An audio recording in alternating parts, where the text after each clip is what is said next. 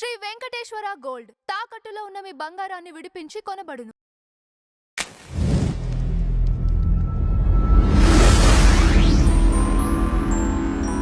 Sir, ఒక ఇంటి పైన వీధి చూపులు ప్రభావం ఏంటి? అసలు ఎన్ని వీధి చూపులు ఉన్నాయి?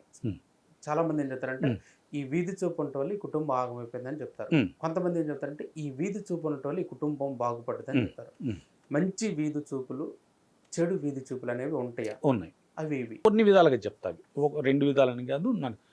ఒకటి ఉత్తర ఈశాన్యం, తూర్పు ఈశాన్యం, రెండు వీధి చూపులు ఇవి మంచివి.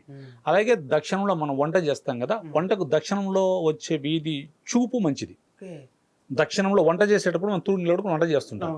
దానికి రైట్ సైడ్ లో దక్షిణ వైపులో వస్తే చాలా మంచిది. వీధి చూపు అంటారు దాన్ని. అలాగే మనము పడమరలో నుంచి ఉత్తరం వైపులో వీధి వస్తే మంచిది. ఇవి 4 మంచివి.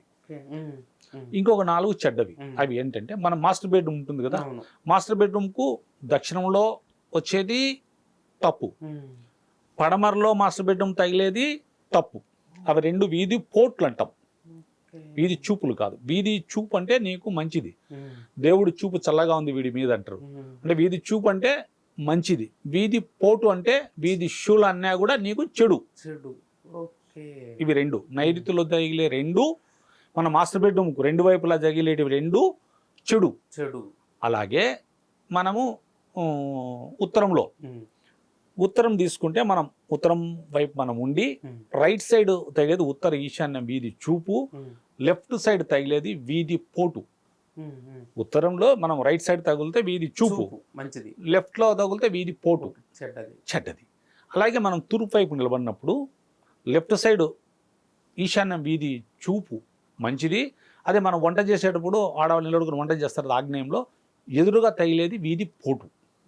ఇవి అలా కాకుండా మీకు వీధి పోటులాగే కనిపించేటికుండా మనకు ఆగ్నేయంలోనే మనకి వీధి పోటు మాదిరి కనిపిస్తూ ఉంటుంది, కానీ అది వీధి చూపుగా ఉంటుంది. ఎలా అంటే అది చాలా మందికి తెలియంది ఏంటంటే వీధి పోటీ అనిపిస్తుంది సామాన్య ప్రజలకు అందరికీ, అది వీధి చూపులాగా కూడా ఉంటుంది. ఎందుకంటే మనకున్న డిగ్రీలు ఇలా ఉండాల్సిన డిగ్రీలు ఇలా తిరిగింటాయి. అప్పుడు ఏమవుతుంది, ఈ వీధి అనేది వీధి చూపుగా ఉంటుంది, వీధి పోటుగా ఉండదు, ఇలా తిరిగి ఉంటుంది. డిగ్రీలలో ఫీల్డ్లో ఇలా ఉంటుంది, కానీ డిగ్రీలలో తిరిగి ఉంటుంది. ఆ తిరిగినప్పుడు మీరు అనుకునే వీధి పోటు వీధి చూపుగా ఉంటుంది. ఇది చాలా చాలా చాలా అంటే కొందరు మాత్రమే ఉన్నారు దీంట్లో. అంటే ఇలాంటివి నిష్ణాతను కనుక్కోగలిగిన వాళ్ళు చాలా తక్కువ మంది ఉన్నారు.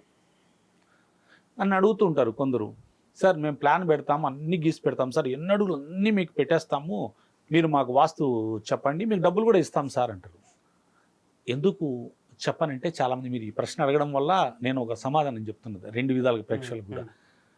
ఈ డిగ్రీలు తగిలేటివి సపోజు ఇక్కడ తూర్పు ఈశాన్యంలో వీధి చూపు అనుకుంటుంటాం, ఆ డిగ్రీ ఇలా ఉండకుండా ఇలా తిరిగినాయి అనుకోండి, వీధి పోటుగా ఉంటుంది. మీ దృష్టిలోనేమో అది వీధి చూపు, కానీ అది వీధి పోటు అయి ఉంటుంది డిగ్రీల ప్రకారం చూసినప్పుడు. సో దాన్ని నేను ఏ విధంగా డిసైడ్ చేయాలా?